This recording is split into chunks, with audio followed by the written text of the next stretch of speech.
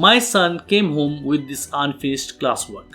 His teacher asked them to draw the CoComelon logo in his drawing class. My son did not complete it because of 3 reasons. Planning. When he saw the whole picture, he could not understand where to begin, how much effort was required to do it, and how to shape it. Fear of failure. He wanted it to be perfect. He could not draw it as he would have liked it. He feared he will do a poor job, so he thought it was not worth trying. Perseverance. He did not have focus and dedication to keep on working at it. As soon as he felt it was difficult, he gave up. After understanding his problems, I decided to make him do it at home because I wanted to bury these negative thoughts as quickly as I could before it became part of his personality from this early age. I told him this was a simple task which he can do very easily if he follows my every instructions and do not panic.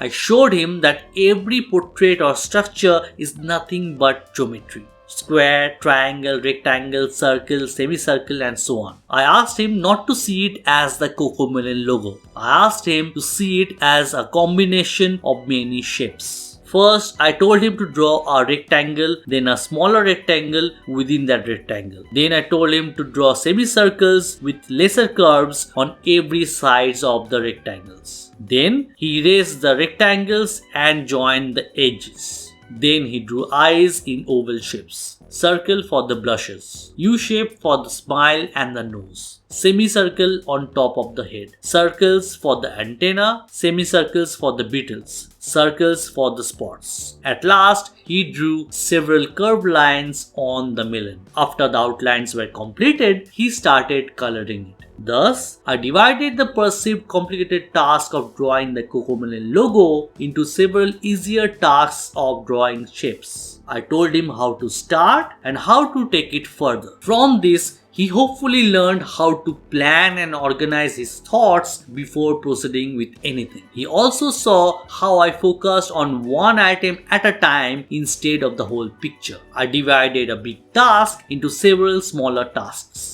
As soon as he completed each of them one by one, he completed the whole picture. With proper organized planning, he not only saved time, he did it systematically and smoothly. As he was doing it, he several times wanted to stop because the lines were not straight enough. I told him it doesn't have to be perfect. Drawing is a fun activity. I don't care if it's pretty or ugly. I asked him not to rush it. I told him to do it as best he could. I just wanted him to draw it without caring for the result. The end result is not always under our control. In real life, companies set targets which are nothing but projected goals based on hypothetical probabilities. Sometimes you fall short of the targets and sometimes you go past it. The effort you put in matters. The good intentions matters. The skill you learn in the process matters. If you're afraid of the result and not compete, you will lose anyways. It is better to try and fail than not trying at all. As he was coloring, he was getting bored and fatigued. I did not let him stop. I told him when you start a task, you need to finish it. Doesn't matter how long it takes. I told him to focus on the task at hand, nothing else. I told him sometimes it takes almost a year to complete a painting. If you stop working hard and give up easily, you will never be able to complete anything. More you practice, more you do something again and again, better you get at it. Nothing good ever comes easy and quick. So he toiled for 14 minutes and finally, at last, he was happy with the end result and showed it to every member of my family. So this is how, through this drawing, hopefully I was able to teach him some valuable life lessons which will help him later in his life and you too if you heard me carefully.